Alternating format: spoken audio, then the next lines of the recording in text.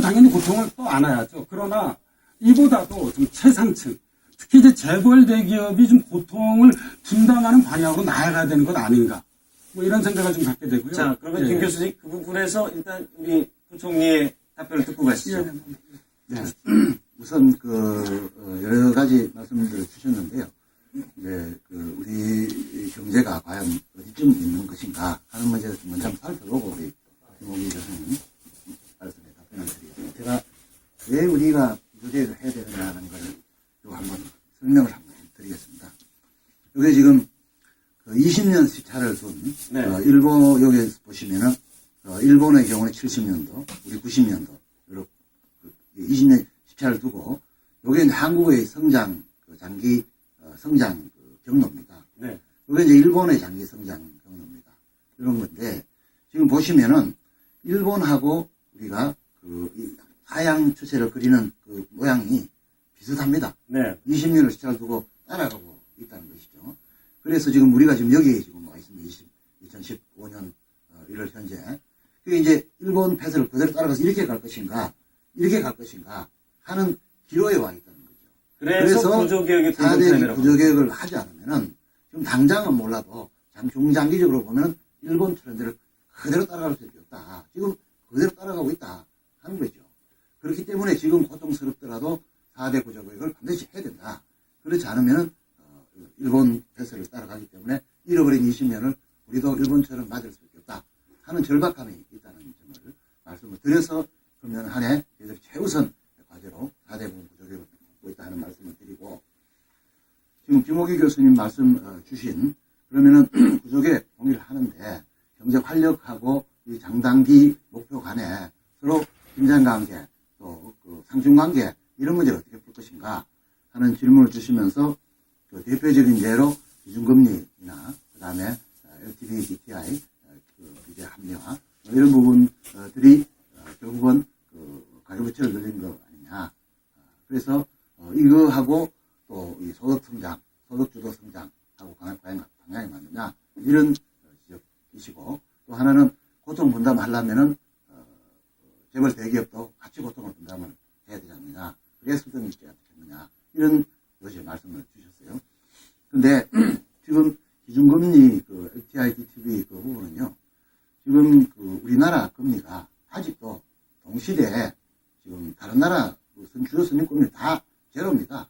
미국 금리가 굉장히 우리 국민들이 굉장히 높은 걸로 지금 이미 인상된 걸로 여기시는데 아직도 여전히 제로 금리입니다. 일본 제로 금리 된 지 오래됐고요. 유럽 다 제로 금리입니다. 근데 우리도 아직은 2% 기준금리입니다. 물가가 금리 1.3% 아니겠습니까? 그러면 여전히 실질 금리가 0.7% 그러면 세계에서 가장 높은 지금 실질 금리를 유지하고 있는 것입니다.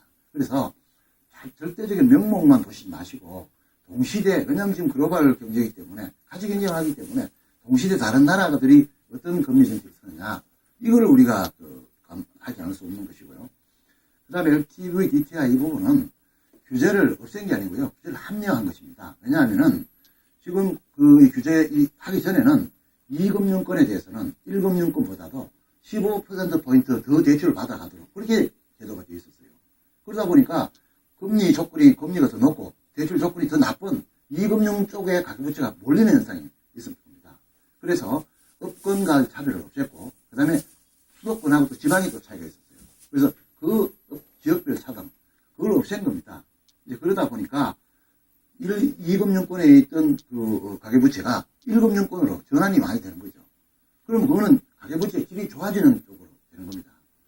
이제 그런 부분이 있다는 말씀을 드리고, 그 다음에 이제 소득주도 성장 말씀을 주셨는데, 지금 우리 국민들이 최강 경기가 안 올라간다고 느끼는 대표적인 원인이 가계소득이 정체 상태에 있습니다. 지금 지난 몇 년을 분석을 해보면은 기업소득은 꽤 늘었는데 가계소득은 계속 정체 상태입니다. 그래서 금년에 지금 정부가 쓰고 있는 정책은 적정 수준의 임금 인상 정책을 쓰고 있는 것입니다. 정부가 최근 아마 이 몇 년 동안에 임금을 적정 수준으로 임금 인상 정책을 쓰는 경우는 없었습니다. 금년에 물가가 지난해 1.3% 불구하였지만은 공무원 월급을 또 공기업 월급을 3.8% 이상을 하고 있습니다. 솔직히 보면 보통 물가 수준의 공무원 월급 수준을 맞춰갔거든요. 1.3% 수준의 물가가 올랐는데 3.8%면 거의 2배 반 가까이 올린 거 아니겠습니까? 그건 이제 적정 수준의 임금을 올리자 하는 거고, 또 세제 측면에서도 지난 3년간 평균보다 임금을 더 올리는 것에 대해서는 세액공제를 해주는 제도, 이렇게 하고 있습니다. 그래서 생산성 범위 내에서 적정 수준의 임금 인상이 되지 않으면 가계 소득이 정체가 돼서 가계가 어려워진다, 이렇게 보고 있는 것이고요. 그 다음에 이제 아주 어려운 분들을 위해서는 최저임금을요 7.2% 올렸습니다. 지난 정부에서는 4, 5% 정도 하던 것을 7% 올리고 있습니다. 그래서 가계소득이 임금 인상을 통해서 올라가도록 하고, 그 다음 또 하나는 지금 가게들이 덜 이렇게 느끼는 거는 자산이 줄기 때문에 그런 겁니다. 최근에 집값이 최근에 많이 하락하다 보니까 자기 자산이 자꾸 줄고 있습니다. 그리고 또 주가가 떨어지니까 주식도 떨어지고. 그러니까 이게 자산이 좀 늘어도 시원찮을 판에 이게 줄고 소득은 정체가 되니까 가게가 죽겠다는 비명이 나오는 것은 당연하지 않느냐. 그래서 자산 시장을 이거를 연착륙을 어떻게 시킬 것인가 하는 부분이 아주 중요한 과제고, 그런 가운데서 이 가계소득을 늘리는 정책, 이 두 가지 정책을 동시에 써야지만이 우리 가게가 느끼는 그런 고통을 완화시킬 수 있겠다, 이런 정책을 쓰고 있다는 말씀 드리겠습니다. 네. 경제부총리께서 말씀을 열심히 해주셨는데 일단 평가는 국민들이 하는 거 아니겠습니까? 그래서 여기서 잠깐 국민들의 목소리를 먼저 들어보겠는데, 먼저 이 방청객 분들의 말씀을 먼저 듣고 다시 한번 전문가들의 의견을 듣도록 하겠습니다.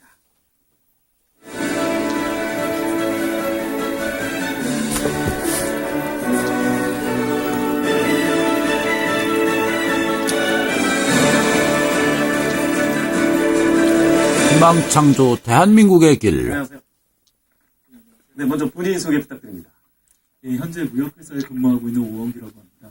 무역회사에 근무하시면 여러 가지 경제 상황에 대해서 상당히 관심도 많고 민감하게 반응하실 텐데, 올 한 해 경제 전망과 대책에 대해서 말씀하시는 전문가들의 의견 듣고 어떤 걸 느끼셨습니까?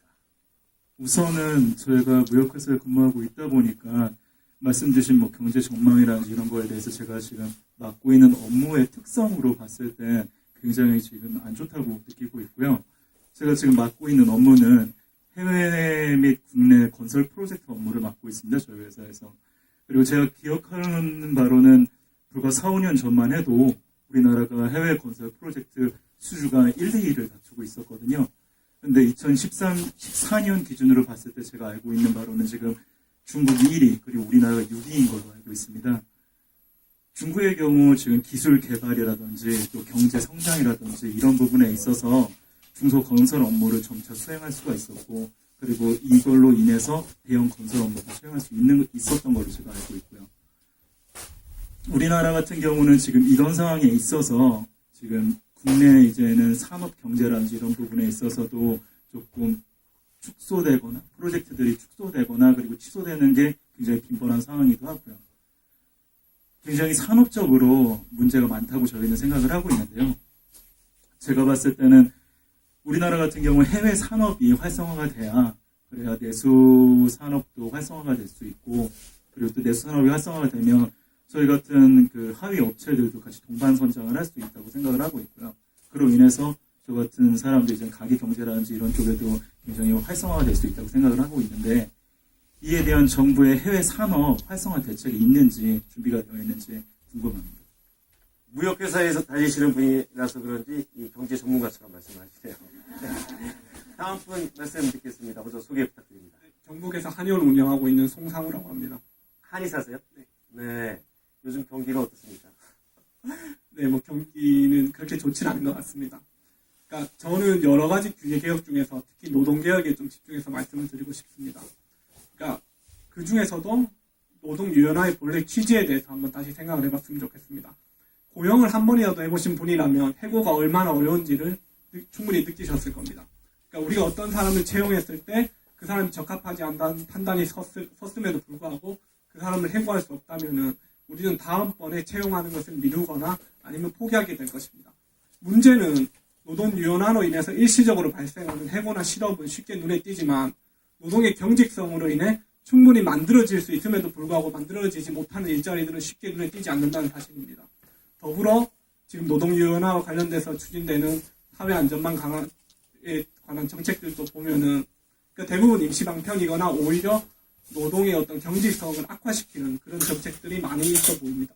그러니까 우리가 본질적으로 해고를 받아들이기 힘든 이유는 기존 일자리를 대체할 새로운 일자리가 없기 때문이지 뭐 실업급여의 액수가 적거나 그런 문제가 아닙니다.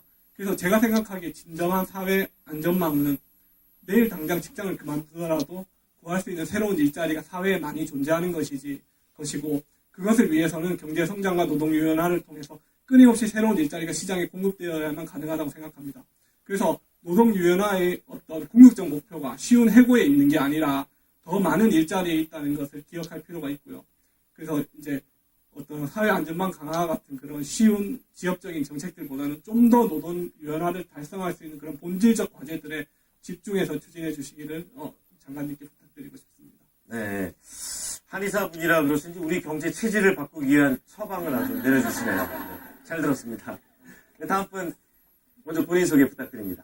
네, 저는 숙명여자대학교에 재학 중인 신은미라고 합니다. 몇 학년 학생이세요? 저 올해 4학년 올라가고 있습니다. 네. 여러 가지로 이제 취업 준비도 미리미리 하셔야 될 텐데. 네, 그래서 한숨 많이 나옵니다. 어떤 부분이 가장 궁금하세요? 네, 저는 이번에 구조개혁안 중에서 사실 대학생이다 보니까 노동개혁 부분에 저도 관심이 많은데요. 솔직히 말하면 저는 노동개혁 부분을 보고 나서 많이 실망했습니다. 제가 파악한 노동개혁안의 가장 큰 핵심 이슈는 첫 번째는 비정규직을 2년에서 4년으로 채용이 가능하다는 점과 두 번째는 일반직 해고를 완화하는 요건을 추가했다는 점인데요. 그럼 제가 이해하기로는 정규직은 해고가 쉬워지고 비정규직은 더 많아지고 우리 사회가 비정규 사회가 되는 것은 아닌가 하는 생각이 들었습니다. 물론 경영진 입장에서는 생산비를 낮춰야겠죠. 경제가 어려우니까. 근데 그러려면 가장 쉬운 방법이 빠르고 쉬운 방법은 인건비를 줄이는 것일 것입니다. 그래서 아무래도 이런 개혁안이 나온 것 같은데 좀 더 장기적으로 봐야 된다고 생각합니다. 단기적으로는 노동 유연성을 확보하여서 성장하는 것처럼 보일 수 있으나 장기적으로는 비정규직이 많아지면 미래가 불확실해지고 그러면 소비를 줄이게 돼서 더욱 내수가 침체될 것이라고 생각합니다. 저는 따라서 정말 비정규직을 위하는 것이라면 이런 기간을 연장하는 것이 아니라 근로 환경을 개선한다는 등 그런 쪽에 주안점을 두어야 된다고 생각합니다. 네, 부총리께서 답변을 주셔야 되겠는데요. 네. 구조개혁처럼 거창한 말, 특히 노동시장 구조개혁은 정부의 정책 목표이기 때문에 아주 거시적이고 큰 타이틀을 갖고 있지만 이렇게 일반 국민들은 내 일자리가 과연 안정적인지 비정규직이 정규직으로 전환될 수 있을지 이런 아주 실질적인 구체적인 고민이거든요. 이런 부분에 대해서는 어떤 답변을 주시겠습니까? 예, 지금 아직 노동시장 구조개혁 문제에 대해서는 아직 안이 구체적으로 확정된 상황은 아니고요. 지금 이제 노사정 대타협을 이루기 위해서 정부에서도 나름 안을 내고 또 노동계에서도 안을 내고 또 사용자, 다시 말해서 기업에서도 안을 내고 그 안을 가지고 타협 가능한 방안을 찾아보자 하는데 그런 과정을 겪고 있다는 말씀 먼저 드리고요. 그런 과정에서 지금 이제 노동시장 구조개혁의 가장 궁극적인 목적은 비정규직 양산되고 있는 비정규직 수를 줄이자. 우리가 지금 비정규직이 지나치게 많습니다. 지금 임금근로자가 1,900만인데 600만 명 넘게 지금 비정규직입니다. 그러니까 3명 중에 1명이 비정규직이죠. 이건 지나치게 과도하다. 그래서 어떻게든지 비정규직 양산되는 걸 좀 줄여보자. 그리고 또 하나는 지금 정규직하고 비정규직하고 임금 격차가 너무 많이 나고 있다. 그래서 이 부분을 가능 좀 줄여보자. 이런 목표 의식에서 출발하는 것이죠. 근데 그렇게 하려면 어떻게 해야 되겠는가? 기업이 지출할 수 있는 임금 총량은 한정되어 있는데 그러면 누군가가 조금 양보를 하지 않으면은 기업이 돈을 무한대로 찍어낼 수도 없는 것이고 그러다 보니까 누군가가 조금 양보를 해야지 그 균형을 맞출 수 있지 않겠는가. 지금 그 점을 지금 노사 정의에서 타협을 해보자. 지금 그러고 있는 겁니다. 지금 아까 2년, 4년 이제 비정규직 말씀하셨는데 그거는 절대 양산하자는 게 아니라 지금은 어떻게 되어 있냐면은 2년 하면 또 연장, 2년 또 연장. 그걸 다 이제 현장에서 보면 암묵적으로 다 해서 6년, 7년, 8년, 10년 계속 하고 있거든요. 똑같은 일을 하면서도. 그래서 이제는 이거 만약에 4년을 받아들이면은 그건 노사